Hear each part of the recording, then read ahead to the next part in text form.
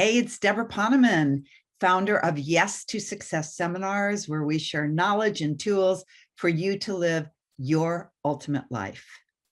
So this week, I celebrated a milestone birthday. I'll let you try and guess what number it is. Just let your imagination run wild. And in the meantime, and I'll tell you the number later, but the truth is, I have never been a birthday person.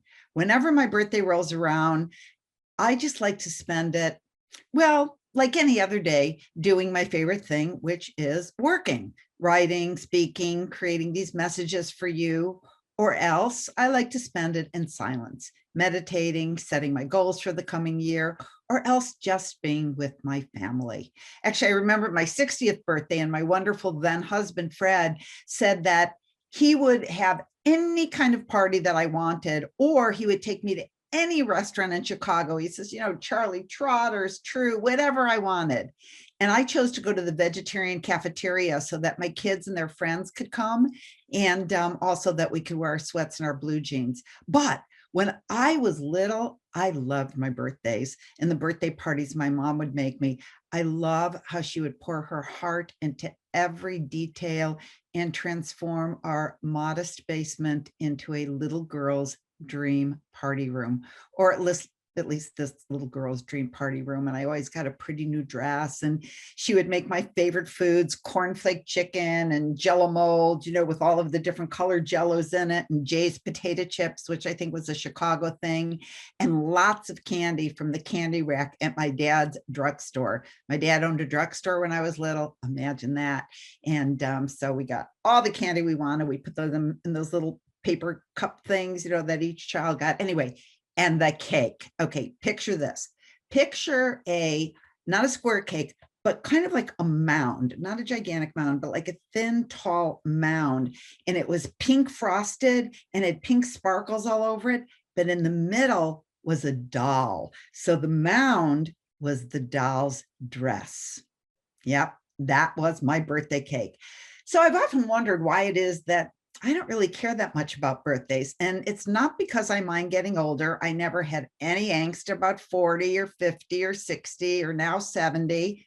Oh, actually, I just told you how old I was. Anyway, I can't say, well, I don't feel like I'm 70 because I've never been 70 before. So I don't really know what it's supposed to feel like. But actually, 70 just feels like 69 or 60 or 50. So it just feels pretty much like any other day in that department. But this year, since it was a milestone birthday, so many people asked me what I wanted and what I was going to do and what could they do for me. And I'm like, nothing, nothing, nothing. And then I decided to think more deeply about this nothing thing. And I think it has a bit to do with my continuing work on deservability and my ability to receive, which I am getting better at, but mostly people giving me presents and showering me with attention just always felt off to me. Like, why? I didn't really do anything besides make it through another year. But then I had one of those light bulb moments. I realized what birthdays are for. And that is, birthdays are a chance for us to show people how much we love them. I had the realization that my friends and my students and my clients and my family wanted to give to me, to do something to make me happy on the big 7-0. People love to give. We're happiest when we're giving. Studies show that when we're giving and making another person happy, then dopamine and oxytocin increase. They're the happiness hormones. So by letting people celebrate you, you're actually giving a gift to them. And that made it a whole lot easier for me to receive. And while I was thinking of gifts, I want to thank all of you for the great gift you've given me to let me share my thoughts with you week after week, because that's what makes me happy. It makes me happy every day of my life. Every time you take a course from me, Yes to Success, Ageless, Communications, Yes to Success 2.0, Success Circle, or as I say, just listen to my Success Saturdays, you are giving me the greatest gift of my life, allowing me to live my passion. And again, in order to live your passion, to give, you need a receiver. And you are that for me. So thank you so much. You know, the other day I was at a meeting of the Transformational Leadership Council, and one of the presenters was a speaker and author and hotelier. His name is Chip Conley. And he said to our group, he said this quote, "The meaning of life is to find your gift, and the purpose of life is to give it away. So you let me fulfill my purpose." And again, for that, I'm truly grateful.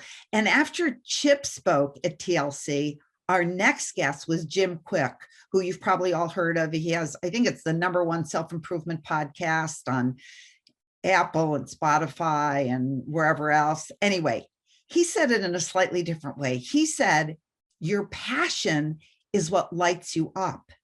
Your purpose is how you use that passion to light other people up. So hopefully I've lit you up. And if I have, I can enter my next decade feeling that even if I die tomorrow, which I probably won't, so don't worry about it, but you never know. But if I should, I will have lived my purpose. And if you don't feel like you're living your purpose, you know, one of my favorite proverbs, the best time to plant a tree is 20 years ago. The next best time is now. So my wish on my birthday is for your wishes to come true and for you to find what lights you up and plant that seed now. Author John Braithwaite said, inch by inch, life's a cinch, yard by yard, it's really hard. So when you discover what lights you up, I invite you to start inching towards it. And if you really, really, really want me to be happy on my birthday, take a small action, just an inch today towards your dream.